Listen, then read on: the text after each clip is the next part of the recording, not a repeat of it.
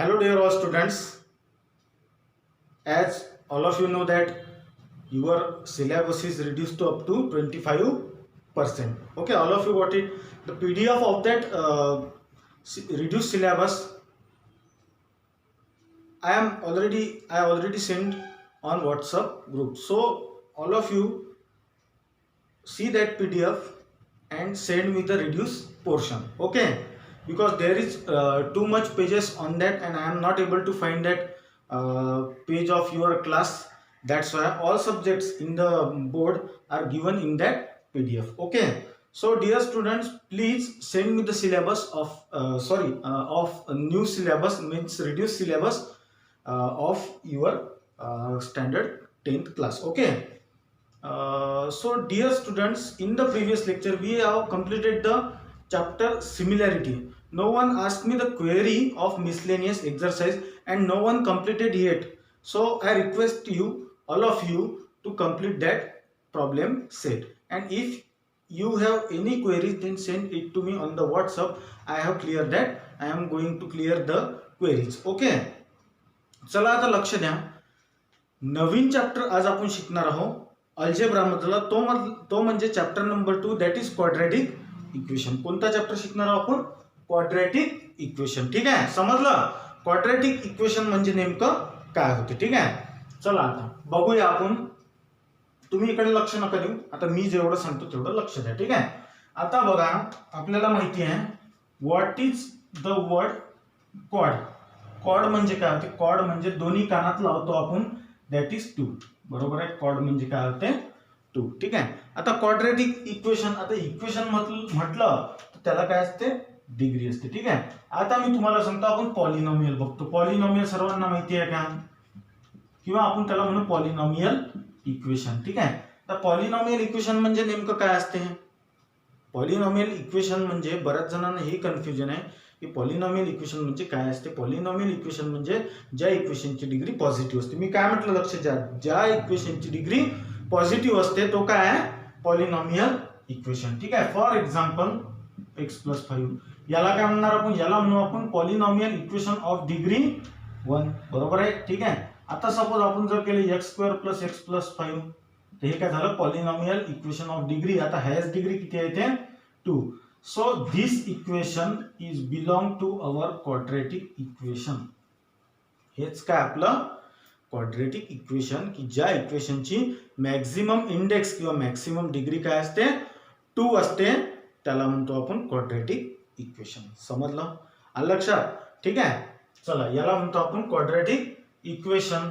बरोबर आहे. आता बघा काय असते क्वाड्रॅटिक इक्वेशन मध्ये, आपण डिग्री कशी घ्यायची ते समजतो. ठीक आहे, लक्षात?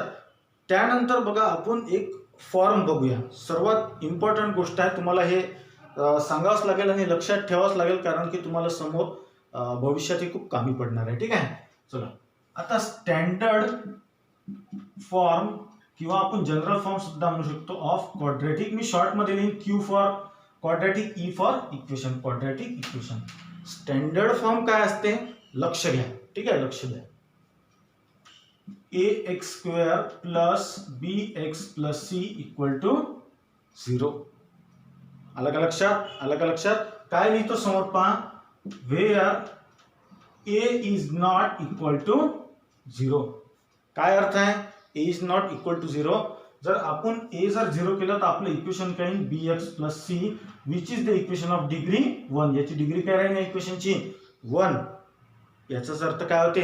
ए आपल्याला कधी 0 लागणार नाही. ए म्हणजे काय? That is coefficient of x². x² चा कोइफिशियंट आपल्याला 0 पाहिजे नाही. जर आपण 0 घेतला तर समजायचं that is not the quadratic equation. बाकी बी आणि सी एखाद्या वेळेस 0 आले तर चालेल. Okay, all of you got it. हा काय झाला आपला स्टँडर्ड फॉर्म. ठीक आहे, किंवा याला जनरल फॉर्म म्हणून. ठीक आहे, इक्वेशन. आता इक्वेशन कसे कसे बनतील? एखादं example, for example x² + 2x + 3 = 0. हे झाले क्वाड्रॅटिक इक्वेशन. x² चा कोइफिशियंट याला आपण कंपेअर करू, ax² + bx + c = 0. ठीक आहे, a = किती आहे? x² चा कोइफिशियंट काही नाही म्हणजे 1. b = किती आहे? x चा कोइफिशियंट काय? 2. आणि सी म्हणजे एक्स, सी म्हणजे कोएफिशियंट काही नाही, सी चा 3. समजलं कसं कम्पेअर केलं तर?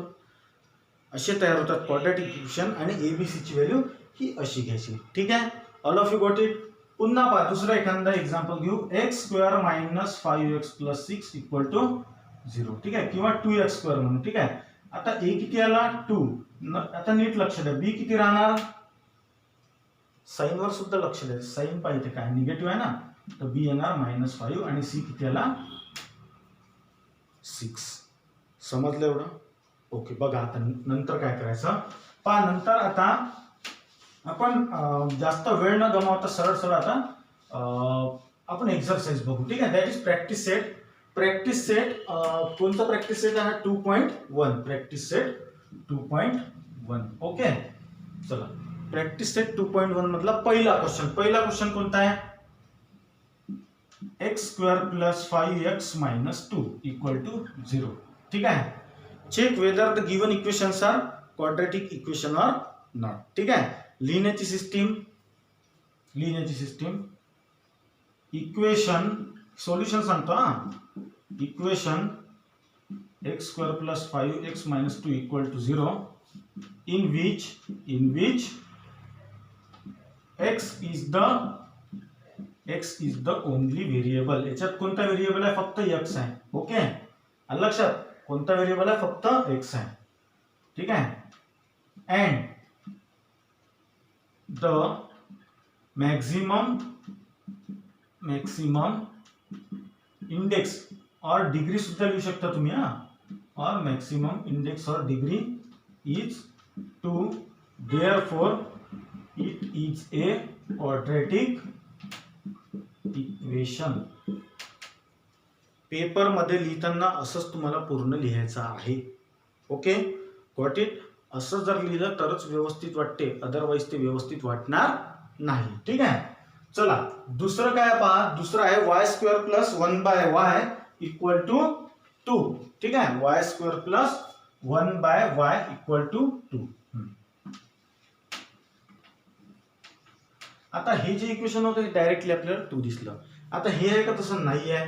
याला काय करू आपण? सिम्प्लिफाय करू. गिवन इक्वेशन काय? y² + 1/y = 2.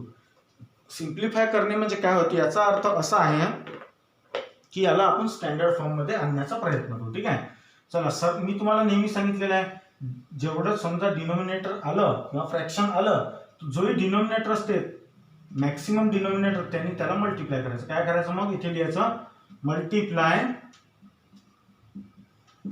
Through out by y.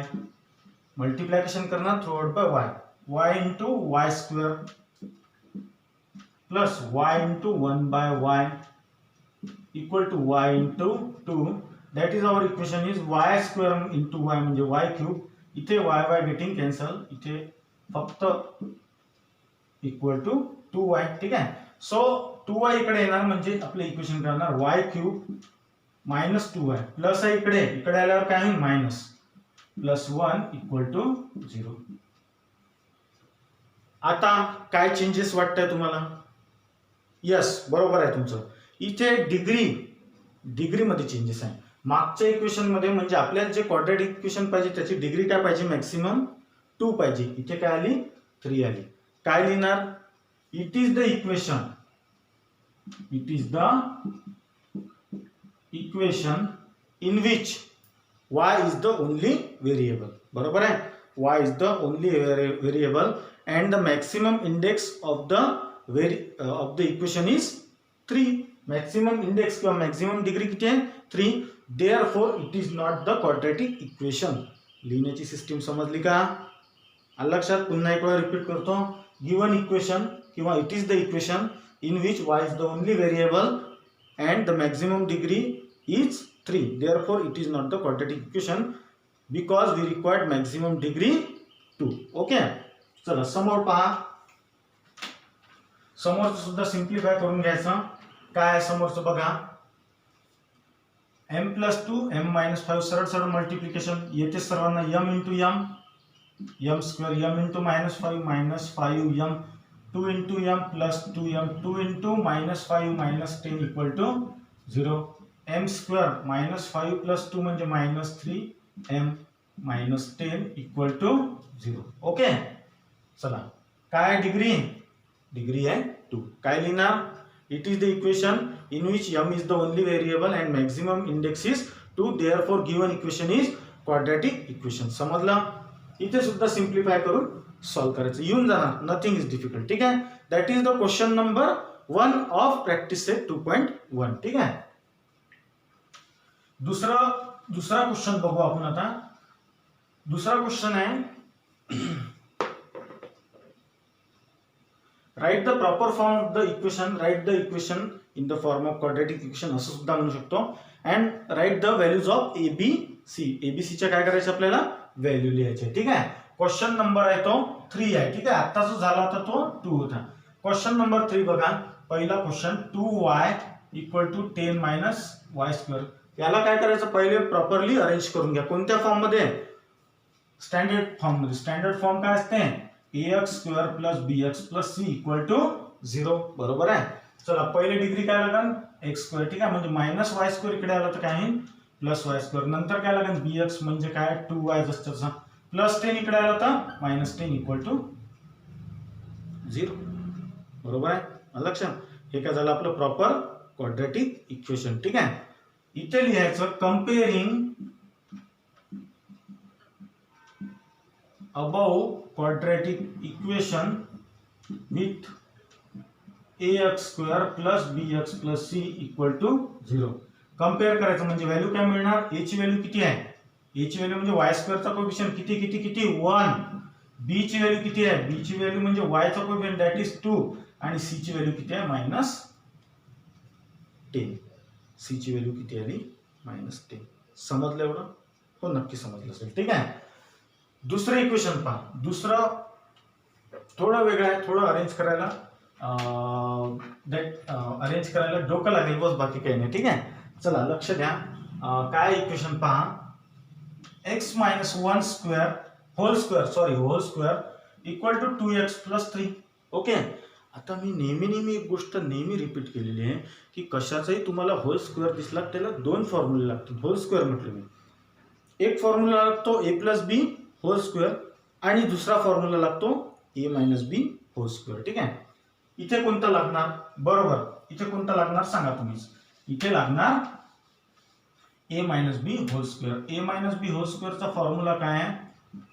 a² - 2ab + b². सर्वांना माहिती आहे. ठीक आहे. याला a घ्या, याला b घ्या. कसं करणार? सिम्प्लिफाय. x² - 2 a किती? x.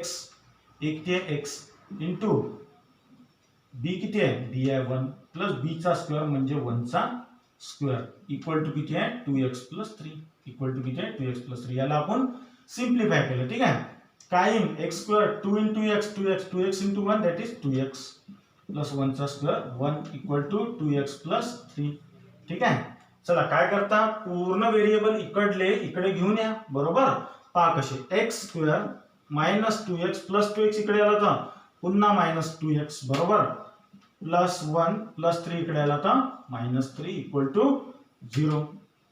x² -2 - 2 that is -4x 1 - 3 - 2 equal to 0. झाला आता आपलं सिम्प्लिफिकेशन? हो झालं आपलं सिम्प्लिफिकेशन. ठीक आहे. पुन्हा comparing with ax² + bx + c. a ची व्हॅल्यू किती लिहिणार? x² चा कोएफिशियंट बघा. a ची व्हॅल्यू 1, b ची व्हॅल्यू किती -4 आणि c ची व्हॅल्यू किती -2.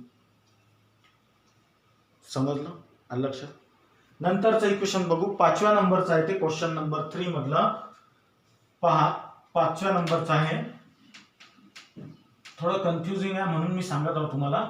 ठीक आहे. पहा 5व्या नंबरचा क्वेश्चन काय आहे. 5व्या नंबरचा क्वेश्चन आहे p × 3 + 6p = -5. ठीक आहे. p + 6p = -5. नेहमीप्रमाणे सिम्प्लिफाय करा. काय सिम्प्लिफाय करा? p ने मल्टिप्लाय करा. p × 3 3p 6 × p × p that is p² = -5.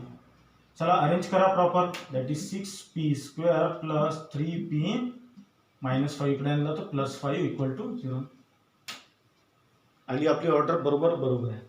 2 याची डिग्री 1 याची डिग्री 0. ठीक आहे. चला सांगा comparing with ax² + bx + c याच्यासोबत कम्पेअर करायचं. काय भेटणार? a ची व्हॅल्यू 6, b ची व्हॅल्यू 3, c ची व्हॅल्यू 5. समजला? नक्की समजलं असेल. ठीक आहे. चला आता येऊ आपण चौथ्या क्वेश्चनवर. ठीक आहे. चौथा क्वेश्चन काय म्हणतो पहा. चौथा क्वेश्चन म्हणतो की given are the roots of the equation or not. म्हणजे आपल्याला इथे व्हॅल्यूज देऊ नाही. ठीक आहे. क्वेश्चन 4 मधला एक सांगतो, बाकी तुम्ही करा. क्वेश्चन काय पहा. क्वेश्चन 4 मधला सेकंड क्वेश्चन 2m² - 5m = 0 आणि इथे m = 2 आणि 5/2 अशा दोन व्हॅल्यूज दिलेल्या आहेत. ठीक आहे. यांनी काय म्हटलेलं आहे आपल्याला की हे दोन ज्या व्हॅल्यू आहेत या इक्वेशनच्या रूट आहेत की नाही. या दोन व्हॅल्यू काय आहेत, रूट आहे की नाही हे तुम्ही सांगा. ठीक आहे. आता रूट आहे की नाही हे कसं डिसाईड करायचं बघा. आपण काय करू, पहिले m ची व्हॅल्यू या इक्वेशन मध्ये 2 पुट करायची. किती पुट करणार? जे पहिली आहे ती किती आहे? 2 आहे. ठीक आहे. m ची व्हॅल्यू 2 जर पुट केली आणि आन्सर जर 0 आला, म्हणजे दोन्ही left hand side equal to right hand side जर आलं, LHS = RHS जर आलं म्हणजे 0 व्हॅल्यू आली, तर काय झालं? It is the root of the quadratic equation. जर 0 सोडून कोणतीही व्हॅल्यू आली तर it is not the root of the quadratic equation. समजला? पहा कसं. सोल्युशन गिवन इक्वेशन लिहून घ्या. 2m² - 5m = 0. सरळ सरळ पुट लिहायचं. m = पहिली व्हॅल्यू किती इन द गिवन इक्वेशन किंवा अबव इक्वेशन. ठीक आहे. चला m ची व्हॅल्यू किती पुट करणार मी? 2. 2 चा स्क्वेअर 5 × 2 = 0. बरोबर आहे. चला 2 × 2 चा स्क्वेअर 4, 5 × 2 10 = 0. 8 - 10 = 0. म्हणजे -2 इज नॉट इक्वल टू 0 आहे का? नाही आहे. काय लिहिणार पहा. here m = 2 is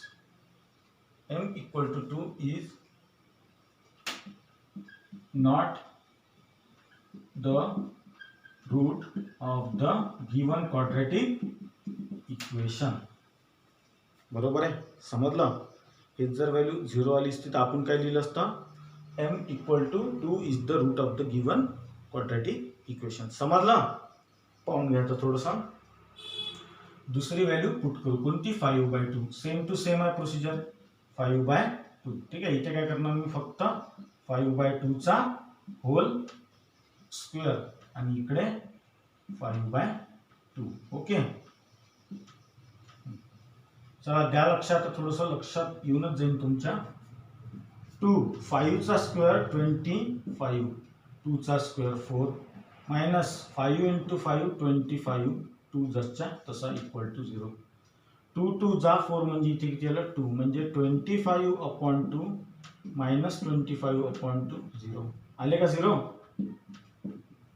समजला? काय लिहिणार?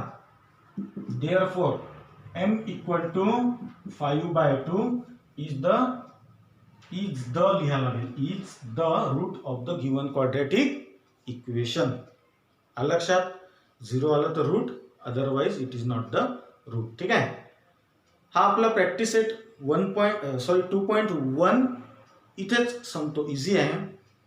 क्वेश्चन 5 आणि 6 तुम्हाला करायचं आहे. क्वेश्चन 5 मध्ये k ची व्हॅल्यू देऊन आहे, फक्त त्या इक्वेशन मध्ये पुट करायची, तुम्हाला व्हॅल्यू मिळून जाईल. ठीक आहे. आलं लक्षात? क्वेश्चन नंबर 6 जो आहे ॲक्टिव्हिटी आहे. ॲक्टिव्हिटीमध्ये ऑलरेडी हिंट्स एवढे असतात की तुम्हाला तो डेफिनेटली जमून जाईल. ठीक आहे.